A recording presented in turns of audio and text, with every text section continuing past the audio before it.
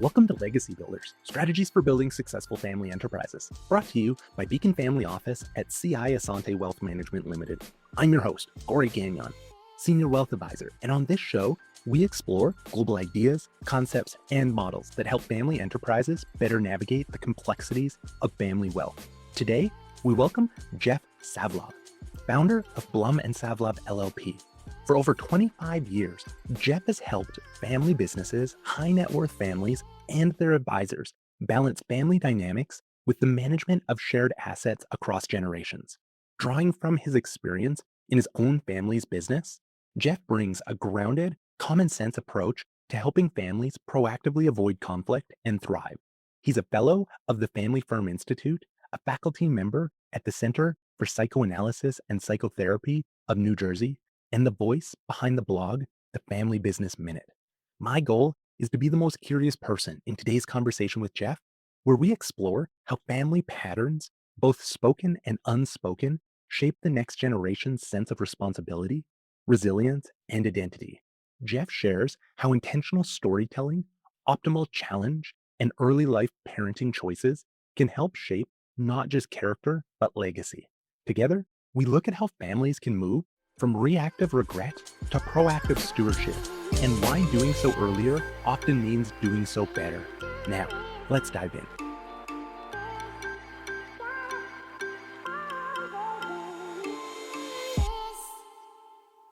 Welcome, Jeff. We're excited to have you here today to share your wealth of knowledge and experiences with us. Let's dive in, shall we? Absolutely. Thanks for the invite. Good to be here. Jeff, imagine you're delivering the commencement speech to the graduating class of 2026, and you have the chance to inspire them with your story. How would you begin your speech to convey the incredible lessons and expertise that you've gained along your career? So, my father went from high school into the Army, learned printing, making maps for the Korean War effort. My dad was in Germany printing maps for the Korean War effort, came back, got highly skilled working for other people, highly skilled in the area of lithography, like high end quality art prints where they do a limited run, that kind of thing. Really skilled, working for other people, hated it, winds up taking what little savings. My folks did not have much money. They were both children of immigrants, took what little money they had saved and a home equity loan and risked it all starting his own business. Very stressful at first and scary. I remember my mom talking about looking into how you apply for food stamps just in case. Careful what you wish for, things turned around and really exploded and got busy. And that was tricky because my dad had never run his own company and he was really stressed out. At this point, it's going through like late high school into college. I'm going in evenings, weekends, trying to help however I can. And because he's so stressed out, Corey, lucky me, sometimes in family, you take your frustration out on the ones you love because you can't take it out on the employees, they'll sue you. And it was just a lot of yelling and screaming and awful stuff. And I tried to let it slide off my back and I kept coming in like a puppy dog the next day. My mom sees what's going on and she's like, we got to do something. So this is like 40 years ago when there weren't as many psychologists and family therapists working with family businesses as there are now, but she found one somehow. We went and we did this really deep experience with the family therapist. And one of the big pieces of it was my dad. She was asking him about anger in his life and his father. And my dad talked a lot about how his father escaped the Nazis and lost the whole rest of his family. And my sisters and I never really knew this story. And when the therapist was asking my dad about dad's father's anger, my grandfather's anger, his father, it got into all this stuff around getting hit with the belt and how awful it was. And my dad stops at 1 second and he said, when I was going through all that, I said to myself, I know I'm going to get married one day. I know I'm going to have kids one day. I get choked up just telling this story, and I've told it a lot. And he said, I made a commitment back then when I was getting all that, hitting with the belt. He said, I made a commitment that I will never lay a hand on my children. And the truth was he never did. All we knew was this big, 6'4", 285-pound maniac. When he was yelling, it was scary as hell, but he never laid a hand on us. So we just knew him as this big, scary, angry guy and wondered, does he love us or hate us or what? And here in this moment, it was like, holy S, this guy loves us so much that he stopped a pattern that often does not get stopped for generations. And so it seemed like this question of, does he love us? Does he really care about us? In a split second turned around to, we knew what was happening. We didn't know what wasn't happening. We didn't know what was missing. And it was an incredible feeling of love. While he might have yelled more than we would have liked, he pulled off something in stopping that generational hitting thing that was truly beautiful. And so it was this whole other way of understanding our father, me and both my sisters, and really beautiful. And so I would say to anyone out there in a family where there's conflict, which is basically every family has some sort of conflict, that if you sort of take a deep breath and really try to understand one another and come together, as kumbaya and corny as that might sound, it really can be beautiful. And that was a big impetus for me going into the career that I'm in now. Right. Jeff, I think about those patterns that your father witnessed and that decision that he made and how he stopped one behavior with continuing maybe some other behaviors. And so, where have you seen that within families where somebody said, I'm never going to do this, although there still is some of that pattern that's still stuck with them? Yeah, I mean, every family I work with, there's some element of family members making requests of one another and people trying their best to stop and then continuing or stopping one thing and keeping on with something else that's not ideal. I think when someone in a family, receives feedback that, hey, we really like you to shift this, it's not working either for the business or for the family or both. Even if it's not perfect, no one's looking for perfection. Perfection would have been my dad never screamed and, never hit. But just seeing somebody really commit when they receive feedback to making, even if it's less than perfect, less than ideal, less than 100%, is super powerful. It's a real show of love. You told me this is hurting you. And I am making clear, if not perfect, but clear progress is super valuable. So the goal isn't perfection or stopping everything, but it's making a real effort, except in the most extreme cases where there's like violence and things like that. Then 100% needs to be expected. But sort of in the gray area world of family and emotion, just making that commitment and showing real progress is super meaningful to everyone involved in my experience.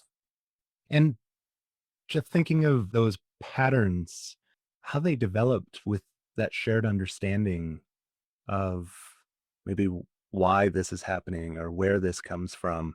How did that change the dynamic between the family? Your mom witnessing this, you and your sisters. Where was that shift just in understanding where your father was coming from and why this was showing up? Yeah, I mean, understanding the Holocaust survival history sort of puts a little bit of a spin on like, wow, we are really lucky to even be here. He lost all his brothers and sisters and nieces and nephews, my dad's father. So we're lucky to even be here at all. And that kind of makes you think and gives you a sense of gratitude. And so understanding that, understanding, my father's pain in context. And while he was, hurting us, the context of knowing he made such a leap forward and it could have been so much worse. Like I said, 6'4", 285, if he had been a hitter, that was not going to be pleasant. So I really appreciated that. So yeah, the history and the family story makes so much difference. And I use family stories in the families I work with all the time for all kinds of ways to just put things in perspective for families. And it's really powerful. Every family has some kind of story where there's real pain and hardship and also some successes, and you tease those out and integrate it in to helping families sort of give each other some compassion when it might be tough. Hmm. Yeah. I was struck by the story of food stamps because what a great step your mother took to understand the contingency plans available. I think of just some of that scarcity at that point where are we going to have enough to buy groceries? Is the business going to produce Yeah. what we need it to do? Was there ever anything that you reflected in your relationship with that sort of risk or around putting groceries on the table? Because I find that sometimes those creep into the messages that young people take with them based on those experiences. Yeah, I didn't know at the time. My mom told me this much later when we were looking back on all this, and it really went into, in depth around the shame she felt, like her understanding of what it must be like for people who are from generations of poverty and the shame that must be there, and how she felt thinking she would never be there. So that really sort of just gave me some insight into her, but also she and my dad, I knew there was sort of yelling and frustration. I didn't know things were scary financially. They sort of kept it from us. The food was there. She was ready with the contingency, but we didn't need it. So the food was there and we went to school and they kept it pretty normal. And I think that was a lesson I got in retrospect too. There are times to not be totally transparent as parents, sometimes keeping things private when kids might be too young and it might be too scary. When the time comes to get food stamps, maybe they'll explain it then, but they dodged a bullet, so we didn't have to know about it. So there was a real loving kind of protection in that, but I had no idea. Yeah. When you think that line between building a resilient individual and protecting that child from things that are maybe just too scary for them, where in the work that you do you find that those lines exist or blur? Yeah, that's a great question, Corey. Really, really insightful question because resilience comes from challenge and failure, right? Resilience doesn't come from having an easy life where you never fail and everything turns out well. It comes from sometimes succeeding and sometimes failing. There's a famous psychoanalyst, Heinz Kohut, who came up with this concept of optimal frustration, the ideal amount of frustration for just healthy development. Healthy development requires a good amount of too much frustration, and you can become depressed and give up. And no frustration, you think life's a breeze. And when you come into something difficult, you don't know what to do. It's optimal frustration. And so, I think, and my parents were certainly transparent about a lot. And now my wife, who's a psychologist, and I sort of never finished this piece of the puzzle, but I left the family business because my dad and I agreed it wasn't good for us to work together. I finished college and I went into sales and marketing in the corporate world. I wasn't satisfied. And then I went back to grad school and trained as a family therapist and did postgraduate work for 7 years to become a certified psychoanalyst. And I started a private practice 30 plus years ago. And only by accident, because some of my early therapy clients had significant wealth or operating businesses or both, and saw that there was a need for something that's not therapy, but I started this sort of coaching, facilitation, education world. But I forgot where we were right before that. I was going to this, and then I was gonna get back to your last question about resilience. Yeah, we were talking about resilience, that optimal frustration.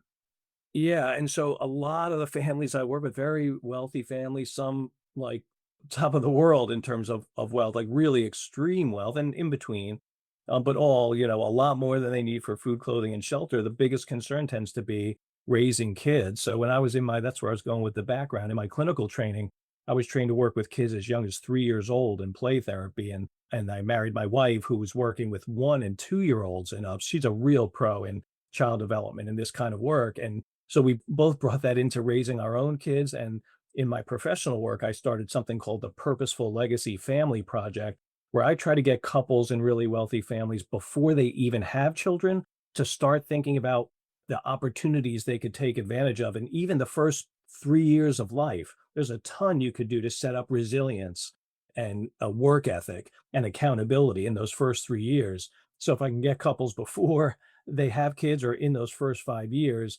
it's really ideal. And a lot of it is this work around resilience. And the earlier you start, the easier it is. If you don't do any of it, then you have a 17-year-old who's easily frustrated and gives up. You've got a lot of work to do. But if you have a 1 year old that can do very simple tasks, maybe put a napkin next to each plate for dinner and throw them in the garbage afterwards, you're integrating a sense of responsibility.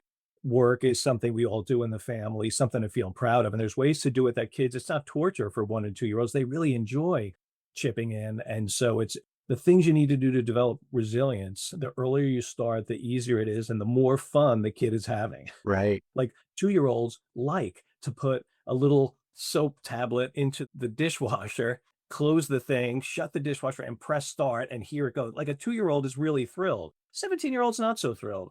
So that's just an example of resilience. If you start early, there's simple things you can do that are very powerful, and it's a lot harder to back into it later. Hmm. Hmm. So, as you think of families who believe that they are gifting an easier life to their kids. We hear that all the time all the time. is I don't want my That's not kid. a gift, No. So, it's a curse. right. So where do you find that there's that balance of I want that opportunity for my children to be able to have a leg up, but I also want to make sure that they can contribute and they can steward this legacy that's been created and build on to where we've already been. Yeah, support them to do difficult things, sometimes fail, sometimes succeed, get that optimal frustration. And that supporting them to do those difficult things with the occasional success, occasional failure is going to be a key element.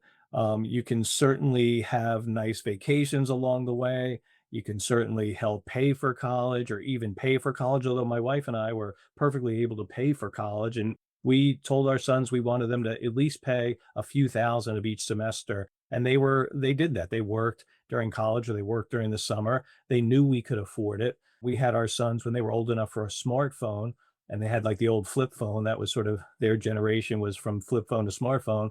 We paid for the flip phone, and when it came time for a smartphone, we said, you can get a smartphone, but you're going to pay for it with money from birthdays and working and stuff. And you're going to pay us for the data. You're going to pay us $30 a month for data. And they were shocked. None of their friends had parents doing anything like that. All their friends got phones, didn't have to pay anything. And it really was only until college. I remember our oldest guy was like a junior in college when he sat us down and thanked us for how we handled that. At the time, he was kind of angry and didn't understand it so well. Even though we explained it, it was still, he felt like, can't you just give it to me like my friends' parents? Junior year in college, he said, I'm surrounded by kids that they don't know how to deal with a checking account or a credit card. And that was part of what we integrated too. We're going to give you a checking account, teach you how to use it, and a debit card and a credit card. And you need to pay it off. And if you don't, here's how the interest works. And we integrated it all in. And so you might not get, oh, thank you very much, mom and dad, for some of the tougher things you do to instill resilience and character and stewardship mindset, but they'll be effective. And as they get older, there might be a sense of appreciation, but don't expect thank yous in the moment. In the moment, it's parenting and it's sometimes tough. And I also think you can do wonderful things, vacations. I have families that take vacations on private planes, but that's where stories come in. This private plane is very unusual. Most families can't afford something. It takes a lot of money to do this. Our family happens to have a lot more money than we need for the basics in life: food, clothing, and shelter. Here's where the money came from. Grandma started this company a long time ago, and then, her kids took over, and that's, mom and your aunt and your uncle, and just sort of tell the story about the business and how hard it was at first and put it in perspective. And in that, you can say, if you want to be part of this business one day, you're going to have to work really hard in school. You're going to have to show us that you can achieve and get good grades and go out into the world, maybe separate from the family business, and have some successes, and then come back to us and tell us what you bring so that you can make it better. Don't look for us to give you a gift. You come to us and bring us a gift. How can you help us make it better? So those are just a flurry of ideas around this, kind of stewardship and entitlement and resilience. Right. Yeah. I think that attitude of what can you bring is so important. If you think of entrepreneurship at its roots is finding problems that you can solve for others where they're willing to pay you for that. And so, Yeah. yeah, what is that that they can discover on their own? And, that frustration that your father felt, that there was enough resentment to his situation that he decided to take that risk and make that change. And so, what can you do for kids to allow them to realize not all situations, when you're allowing others to make decisions for you, what is it that you're giving up? Yeah, and the people that made big sacrifices before you, and even in the most successful family businesses I work with, there was always failure along the way. Make sure the kids understand those failures, the risks people took, the failures, the fact that it could have turned out all wrong, and they could have lost everything and been, you know, poor or middle class and never had this extra money, and put it in context and really an appreciation for what people did before you and how to take care of that and be responsible with it without feeling guilty about it, because that's the other extreme, is people feeling guilty about inheritances and trusts and wealth. And that's not the goal either, to shame people about it. Yes. Now, many of the families that you work with probably haven't gone through your your legacy project of thinking about things ahead of time. They're now at hindsight and saying, wow, I wish we would have started thinking about this sooner. And so speaking to that listener who is considering how do we take from where we are, maybe we did allow things to be a little easy, didn't give that checking account accountability to how some of those finances were used. How do families start to make that shift in the way that they operate in those behaviors? So I read a blog called The Family Business Minute, and I sometime last year wrote one called Falling on Your Sword, which is all about how do you handle this kind of situation when you maybe didn't do some of the, and look, no one's going to be perfect, but when you really went a little too far, maybe in making life easy and not challenging. And it's really all about falling on your sword is about taking the blame. It's about sitting down with your kids and not blaming them and actually saying, hey, we've given a lot of thought to how mom and I, dad and I have handled money and your lives and what our expectations were. And we wonder sometimes if we were too generous, if we made life too easy. And we're feeling a little bit bad about it. We feel like we could have done a better job. And some of the effects that we're seeing are you guys maybe get frustrated very easily and don't push through difficult things, or you're not motivated to go out and work in the world and find your own way and make your own mark because there's family money coming. And we've been feeling a little bit bad about it. We wanted to just sit down and talk to you guys and say, we're sorry that we didn't do those things because we think it's had a negative effect. And we're just hoping to have a conversation now where we can hear your point of view. Maybe we're wrong and misperceiving it, but be open to what we're seeing. And maybe we could just wrap our heads around it. And that general kind of conversation too often is handled in terms of, finger wagging. You kids are too this, you're too lazy, you're too unmotivated, you don't know how to work a hard day, life's too easy, you're just waiting for your trust fund to come, all those and that's not helpful. But if you can say, because truth is, it is the parents and grandparents' responsibility. It's their fault if they handle it this way.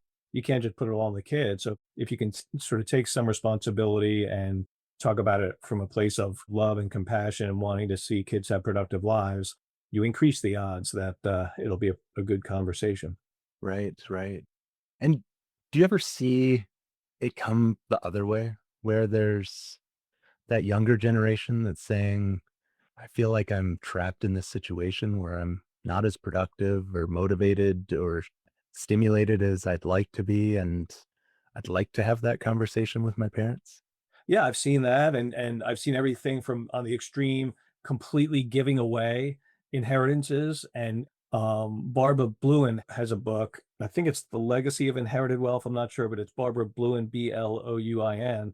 She was an inheritor in a very significant family, and she wrote a book telling the stories, each story is like a few pages of inheritors and how painful it was, to not see mom and dad when they were off working and traveling and to be raised by nannies who could be fired and then disappear. And it felt like your mom or dad was fired. It's really brutal. And those are extreme stories from the highest levels of wealth. But it's interesting to see that, having a ton of money is not, just all fun and games. And a lot of times people don't realize that. Recently I was in a situation we're talking, many billions of dollars, and the grandkids are starting to learn about their inheritances and they're itching to give it away. There's so much sort of politically that says, accumulating wealth is bad and wrong, and you made this money, from $15 an hour workers, maybe some of that money should go to them. And these kids in their 20s and this generation now, it's not unusual for them to want to get their hands on their inheritance and give it to, some kinds of social action initiatives. And that's really interesting. So that they don't, sometimes there's shame, like, this is terrible. We made this off the backs of hardworking people who can barely pay their medical bills. And sometimes it's just, this is so much more than we need. We can keep some and be fine, but we could certainly make an impact for others. So there's a whole range from shame to pride and sort of various levels of generosity and keeping it and enjoying it and stewarding it. Right. Yeah. I just think as you're telling that story of the fear that some of these families live in, the fear that this is all going to be taken away, either through some sort of litigation or, somebody coming in and preying on family. And We know families who spend a lot of money on security, and thinking of that as a potential threat. We've had generations build this wealth, steward this wealth, and now there's a generation that wants to just give it all away. And then we've got these structures to legally protect that money so that they can't make these decisions. And so much resentment in both ways. This I don't deserve this money. And I think of it almost like that, playing hot potato is I haven't developed the skin on my hands to be able to hold something hot, or I haven't figured out to put on the oven mitts or whatever it is. And so they receive this money and they just throw it away because I haven't figured out how to hold it. And so in that very intricate amount of complexity here, where do families, as they're seeing this generation, and maybe it's a stage in life where they've got this social movement and want to do this, how can families look at this as an opportunity and allow it to be a yes and versus one or? Yeah. And I think that's it, is to try to slow down the next generation, especially if you're in your 50s and you've lived a good life and you just got 100 million bucks and you want to give 95 million of it away. You've lived enough to sort of make that decision. When you're in your 20s, not to say that 20-year-olds can't make lots of wonderful decisions, but I think their brains are still developing, they're still learning about life. And so slowing it down enough so that they can think about it and make sure this is really the decision you want.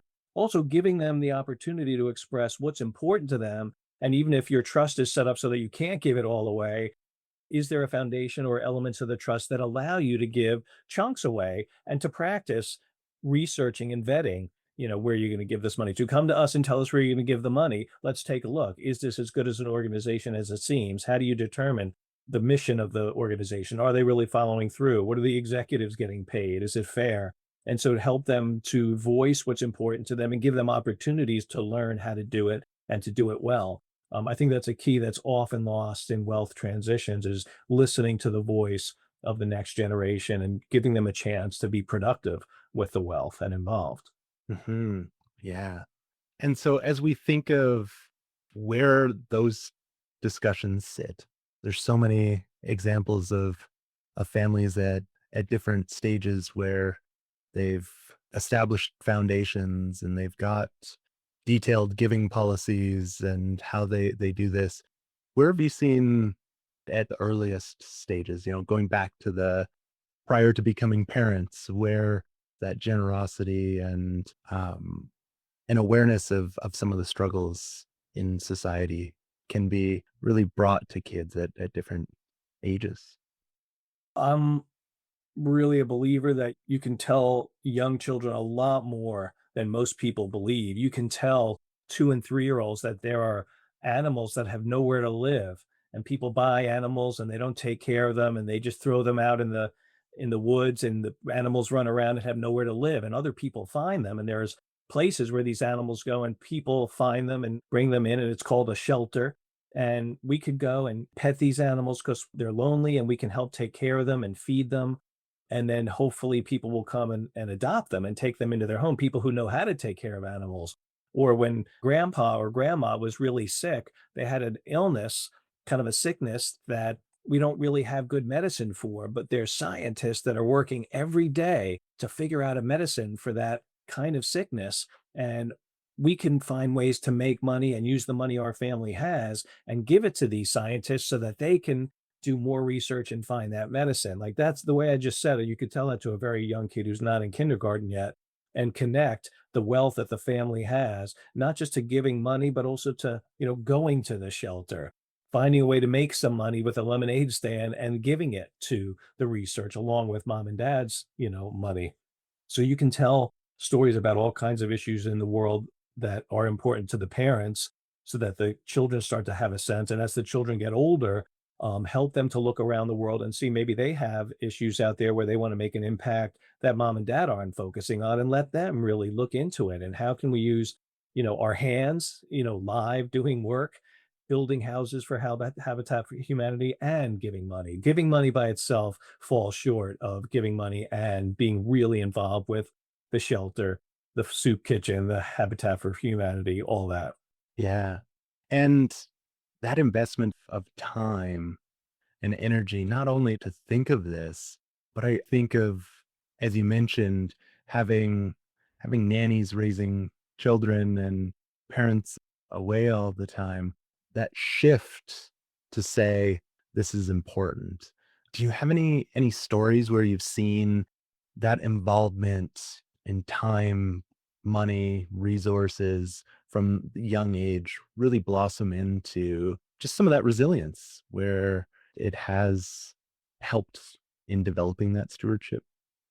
Yeah, I mean, a lot of them, and parents are really more, 50 years ago, we just had a different culture around parenting and an understanding of what kids needed. And there was, especially when you go 50 years ago and earlier, the traditionalists, kids were just like seen and not heard. And it's much different now. So the people who are reaching out, certainly to me and the kind of services I provide, are more enlightened and are really doing a lot of this good stuff. I mean, I know an 11-year-old boy whose dad has really talked to him pretty openly about, along with doing all the other good kind of enough frustration opportunities along the way, getting to 11, has been open about the money and stuff. And this 11-year-old goes with dad when he meets with, his team of lawyers and accountants and wealth planners, and sits in and then asks good questions. And it's just really wonderful to see where so many people are afraid of, "Oh, this 11-year-old is seeing these hundreds of millions of dollars, right? These numbers, and is still working hard in school. Like, how does that happen?" Well, he's proud of what he accomplishes in school, and he's proud of being able to sit with all these adults in suits and hear all these difficult things and start to get a sense. And he is excited to help grow it one day and make an impact in the world and help the family's business grow and all of that. And there's a lot of stories like that, more recently. Yeah, absolutely. And I love that word pride. It's such a powerful driver and something that is robbed of people where they haven't given themselves or haven't been given that chance to feel that. And so wealth doesn't negate that innate needs that we have for that sense of self. And so, are there some of those other things that we need on the deepest level as an individual that maybe are forgotten about as families navigate wealth? I've also worked with incredibly poor families and homelessness and almost homelessness. So I've seen the real spectrum of the most extreme levels of poverty and wealth. And those deepest, most important things can be overlooked or forgotten or not prioritized at anywhere in the socioeconomic spectrum, Yeah, for sure. yeah, If wealth has a particular impact on that dynamic of not getting to the most important things, it has to do with how busy wealthy people often are, because they're creating wealth and they're managing it. And even if you sell a business and come away with billions, there's a lot to do to set up, the trust and to manage it and deal with professionals. So if you're not intentional, it can take you away from the time needed to spend that with your spouse and your kids and your parents.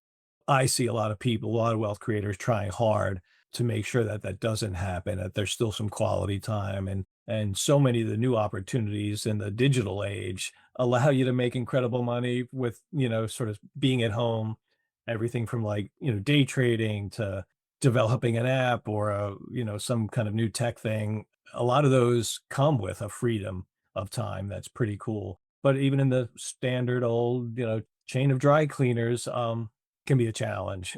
And so it's a matter of being intentional. yeah, absolutely. That's a good theme. Intentional is so key here in prioritizing those freedoms to align that. Yeah. It's also key. And so, Jeff, as we near the end of our conversation today, there's a few questions that I ask each guest before we wrap up. Are you ready for the tough ones? I'm ready. Bring it on. Okay.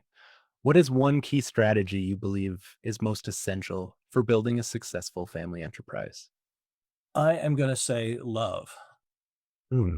I have seen some really painful situations in families that have shared wealth of some sort, and they can be really difficult and painful and complex. And when there's still love and people are willing to express and act from a place of love, those are the ones that no matter how much pain there is when they come to see me, they tend to work out relatively well because there's that foundation of love. And so that would be my answer on tough question number one. And what is the most common challenge that you see family enterprises encountering when it comes to wealth transition and generational continuity? Yeah, we hit on it somewhat. It's communication. There's this fear that if we tell them, they will stop trying and it will ruin them. And then when you have that mindset, you lose the chance to teach and develop. I like to say you can talk about family wealth without even talking about money at all. And then when you're ready to talk about money, you don't have to use numbers. And that really helps a lot of the families that come my way take a breath. Talk about family wealth without talking about money. Well, they say, well, how do you do that? Well, that's the stories we talked about. Grandma and grandpa, or mom and dad, or uncle, whoever. What do they do? How do they do it? Tell the story of even the family members before that wealth creator and the struggles they had coming to America or whatever they might have escaped or the travails that they've had. And so I think fear of communicating and this idea that if you tell them it will ruin them, and instead of this idea that's very much where I live, which is there's a whole lot you can tell without ruining anybody, without giving numbers, but putting it in context so that they're, again, it's that pride. How do you develop pride in what the family has accomplished, and excitement and a desire to develop yourself to be a part of it? Mhm. And for a family that hasn't lived in that realm, what's one way that they can think of a story or a lesson that they want to demonstrate through story? Well, there's the falling on your sword thing. If it's that's the scenario you're talking about where they didn't do the ideal things, they're not happy where things are going. But I think to just look back into the family's history and find whoever had a real hardship and, survived illness or death or genocide or poverty and how they did it and how they were able to help the family move along in subsequent generations. Um, it can be hard to do without sounding preachy or corny, especially as your kids get older. But there's ways to do it that sort of make sense and help trigger a sense of gratitude over the history of the family and of feeling fortunate. Yeah, that's the word that was coming to mind as I was thinking of some of those stories was gratitude. If you come at it from that sense, it's genuine, it's not corny. Yeah, yeah, yeah. Yeah. And in your experience, what are the top 3 key qualities that successful family enterprise leaders possess? I think humility is really, really important. I mean, arrogance isn't a big winner in most areas of life or any kind of level of wealth. But I think humility is particularly important because there's so many stakeholders. Even if people aren't involved in an operating business, they might be non-working owners or they're going to inherit, value from the business. And so humility in dealing with the whole family and then the non-family folks. I think the mindset of servant leadership, that as a leader, you're there to serve others and really to see how you can make everyone else's lives better. The family members who work in the business, the non-family members who work and grow the business, the rest of the family, to see yourself as a servant leader. There's a lot that's been written about servant leadership and a real trend in kind of business and family wealth today. And the third one, I think self-awareness is really, really key. Again, that's, I think, just true in life. I would say that's a life skill that anyone, regardless, again, of level of finances, in the tricky world of combining family and shared wealth, self-awareness, and being able to check yourself. There's so many emotional connections and then financial connections, and people are affected by each other so much and the decisions that are being made. The more that you can really understand yourself and what makes you tick and what triggers you to sort of go off unexpectedly, all of that can really help to be a better servant leader and family member. Fantastic. And before we conclude our discussion, I'd like to highlight where our listeners can engage in more of the conversations you're having, along with maybe other resources that would be helpful as it relates to our conversation today. Yeah, no, thanks. My website's a bit of a mouthful. I mean, you can certainly just search my name, Jeff Savlov, Savlov. The website is blumsavlov.com, BLUMANDSAVLOV.com. Again, a mouthful. I have a blog section I refer to. That's where the falling on your sword is, and lots of quick reads about various things related to family dynamics and family governance around wealth. And guess that's it. Okay. And we'll make it easy for listeners. We'll link all of that in the show notes. So, Yeah, yeah, that'd be easier. yeah, absolutely. And I wanted to make sure that we covered everything today. Is there anything that we didn't get a chance to touch on that you'd like to share with our audience?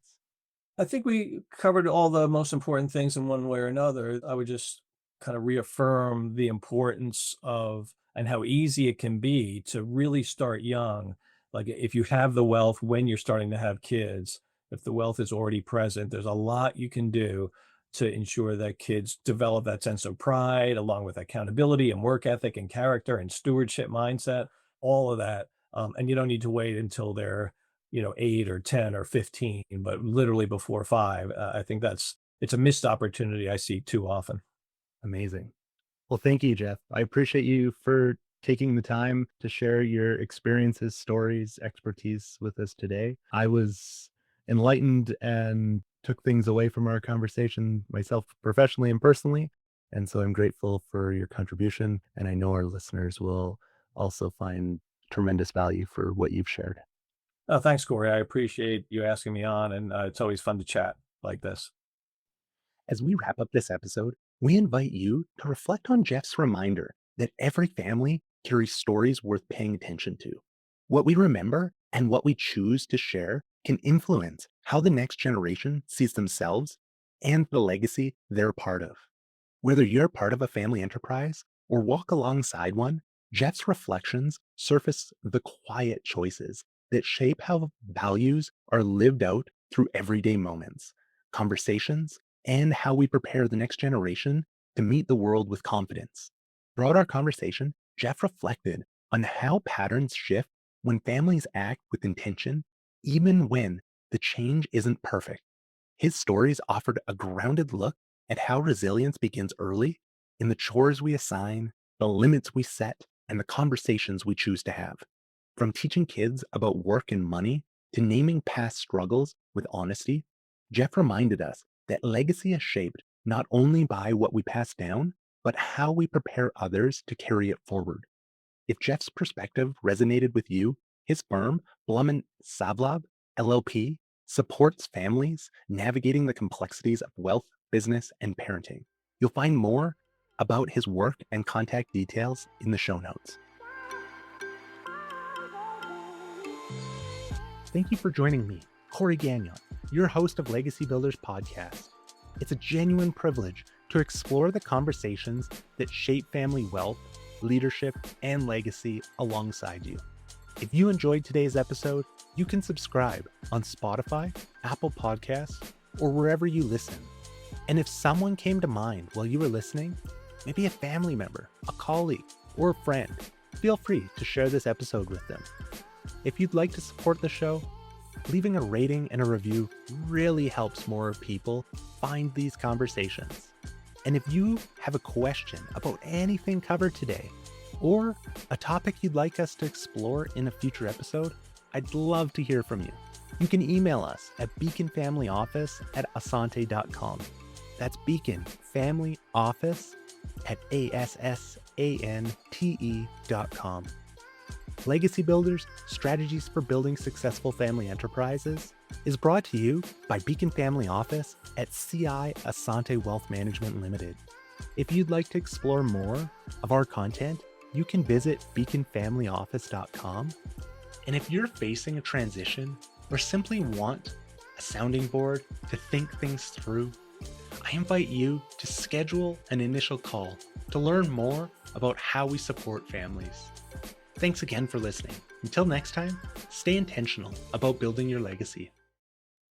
This program is prepared by Corey Gagnon, Senior Wealth Advisor with Beacon Family Office at CI Asante Wealth Management Limited. This is not an official program of CI Asante Wealth Management Limited, and the views and opinions expressed in this podcast are those of the speakers and do not necessarily reflect those of CI Asante Wealth Management Limited.